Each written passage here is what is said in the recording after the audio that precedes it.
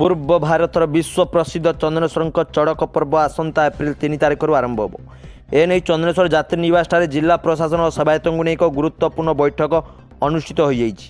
ଏହି ବୈଠକରେ ବାଲେଶ୍ୱର ଉପଜିଲ୍ଲାପାଳ ଭୋଗରାଇ ବିଧାୟକ ଏବଂ ମୁଖ୍ୟ ସେବାୟତ ଏବଂ ବିଭିନ୍ନ ବିଭାଗର ବରିଷ୍ଠ ଅଧିକାରୀ ସಮೇତ ବ୍ଲକ ପ୍ରଶାସନ ସାମିଲ ହୋଇଥିଲେ। ଚଳିତ ବର୍ଷ ଏପ୍ରିଲ 3ରୁ ଆରମ୍ଭ ହେଉଛି ଚନ୍ଦନେଶ୍ୱର ମହାଦେବଙ୍କ ବିଶ୍ୱ ପ୍ରସିଦ୍ଧ ଚଡ଼କ ପର୍ବ। ଏପ୍ରିଲ 11 ତାରିଖରେ ଏହା ଶେଷ ହେବ ବୋଲି କୁହାଯାଇଛି। ତେବେ ଚଳିତ ବର୍ଷ ଗତ ବର୍ଷଠାରୁ 2 ଗୁଣା ଲୋକ ହେବ ବୋଲି ଅନୁମାନ କରାଯାଇଛି। ଲୋକ ସଂଖ୍ୟା ଦୃଷ୍ଟିରୁ ଦେଖିବାକୁ ଗଲେ ପୁରୀ ରଥଯାତ୍ରା ପରେ ଏହା ଦ୍ୱିତୀୟ ସ୍ଥାନରେ ରହିଛି। ତେବେ 13 ଦିନ ଚାଲୁଥିବା ଚଡ଼କ ପର୍ବ ଚଳିତ ବର୍ଷ 11 ଦିନ ପାଳିତ ହେବ। ଓଡ଼ିଶା ସମେତ ପଶ୍ଚିମବଙ୍ଗ, ବିହାର, ଝାଡ଼ଖଣ୍ଡ, ଛତିଶଗଡ଼ରୁ ଭକ୍ତମାନେ ଆସିଥାନ୍ତି।